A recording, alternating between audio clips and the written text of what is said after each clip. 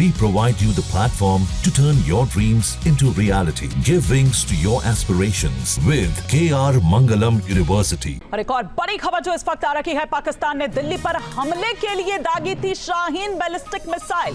भारत ने इस मिसाइल को इंटरसेप्ट कर लिया था। भारत ने पाकिस्तान के शाहीन मिसाइल हमले को नाकाम किया था। तो ये बात यहां स्पष्ट हो चुकी है कि किस तरह से पाकिस्तान द्वारा दरअसल शाहीन मिसाइल जो है वो दागी गई थी। देखिए, जो पाकिस्तान की ओर से मिसाइल्स हो, ड्रोन हो जो भेजे गए थे, अब जो उसके अवशेष रह गए हैं या जो सबूत बतौर भारत में आके वो गिरे हैं, वो सबूत ही खुद चीख चीख कर बता रहे हैं। और जो तस्वीर इस वक्त हम आपको दिखा रहे हैं, ये खुद भारतीय सेना ने जारी की है।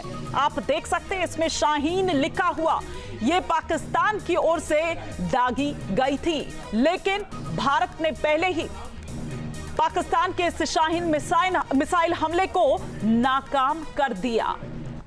ये बैलिस्टिक मिसाइल जो दागी गई थी, दिल्ली किस तरह से दरअसल निशाने पर लेने की कोशिश कर रहा था दुश्मन मुल्क पाकिस्तान।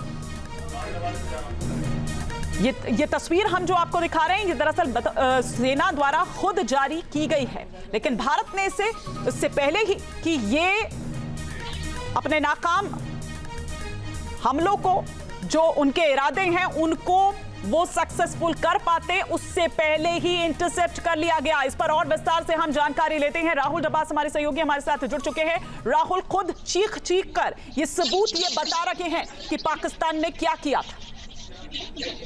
निश्चित तौर से, क्योंकि पाकिस्तान के निशाने पर क्या था, पाकिस्तान के निशाने पर था स्वर्ण मंदिर। हालांकि हमारी जो इंटेल है, चाहे वो टेक्नोलॉजिकल इंटेल की बात हो या ह्यूमन इंटेल की बात हो, या हम आईबी और रॉ दोनों के नेटवर्क की बात कर रहे हैं, उनके पास स्पेसिफिक सूचना थी कि 8 तारीख को शाम के वक्त इस तरीके से जो टर्किश ड्रोन है उसके द्वारा हमला किया जा सकता है, स्वर्ण मंदिर को निशाना बनाया जा सकता है। और यही वजह है कि उससे पहले उन्होंने अपनी तैयारियां पूरी कर ली थी, चाहे वो सॉफ्ट किल की हो, चाहे वो हार्ड किल की हो। आकाश एयर डिफेंस सिस्टम जो 25 किलोमीटर के रेडियस में काम करता है, या बराक जो 70 किलोमीटर के आसपास है, ये S-400, वो सभी के सभी इन प्लेस थे। और उसी की वजह से ना सिर्फ शाहीन को, ना सिर्फ फतेह 2 को, ना सिर्फ TB2 ड्रोन को, बल्कि जो तमाम मिसाइल है उसे उसी लिहाज से इंटरसेप्ट किया गया। यहाँ तक कि जो चाइना की मार्क 5 पर अटैक करने वाली E-15E है, उसका एडवांस वेरिएंट है, एक्सपोर्ट वेरिएंट है, उनसे भी इंटरसेप्ट करने में भारतीय सेना कामयाब हुई। और वो तमाम सबूत अब रखे जा रहे हैं विश्व बिरादरी के सामने।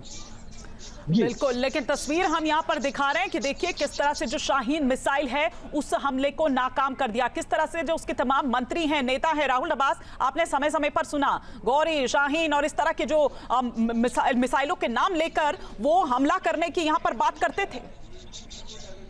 निश्चित तौर से, क्योंकि उनको लगता था कि एयर डिफेंस सिस्टम इंडिया का उतना ताकतवर नहीं जितना वो सोच के बैठे हुए थे।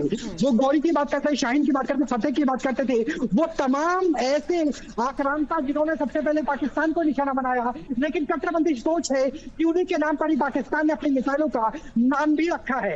लेकिन भारत के पास इंटेल था, भारत के पास एयर डिफेंस सिस्टम था, चाहे वो इजराइल और इंडिया का ज्वाइंट मैन्युफैक्चर बराक 8 हो, या फिर S-400 हो, या इंडिजिनियस के द्वारा निर्मित हो, वो तमाम ऐसी चीजें हैं जिसकी वजह से भारतीय एयर स्पेस पूरी तरीके से मुस्तैद रहा, पूरी तरह से सिक्योर रहा।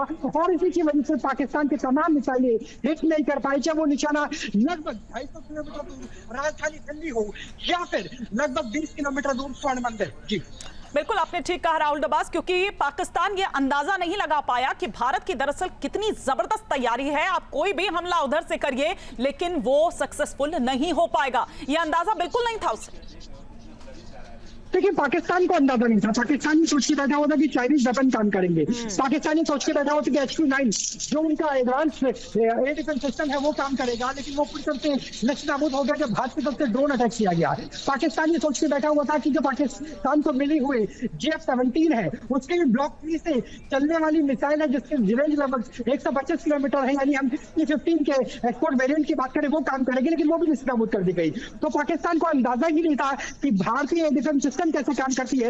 और इसमें खास बात सिर्फ इजराइल और रशियन टेक्नोलॉजी का नहीं है, बल्कि भारत के जो तीर है, जैसे हम आकाश तीर की बात करते हैं, उसका भी है, क्योंकि उसने एडी गन से लेकर के OS-400 तक तमाम सिस्टम थे, उन्हें एक रूप दिया ताकि पाकिस्तान का अगर बॉम्ब अटैक हो, $2,500-3,000 की जो बॉम्ब है उसे भी रोका जा सकता है, जो टर्किश TB2 ड्रोन है उन्हें भी रोका जा सकता है, जो मिसाइल है उन्हें भी रोका जा सकता है, ताकि कोई इफेक्टिव तरीके से पाकिस्तान को मुंह तोड़ जवाब दिया सके। और यहाँ क्योंकि राहुल, भारत के पास वो सुदर्शन है, वो सुदर्शन चक्र जब चलता है तो आप शाहीन भेजिए, आप गौरी भेजिए, आप फतेह भेजिए, आप अब्दाली भेजिए, कोई मिसाइल काम नहीं कर पाती है वहां पर।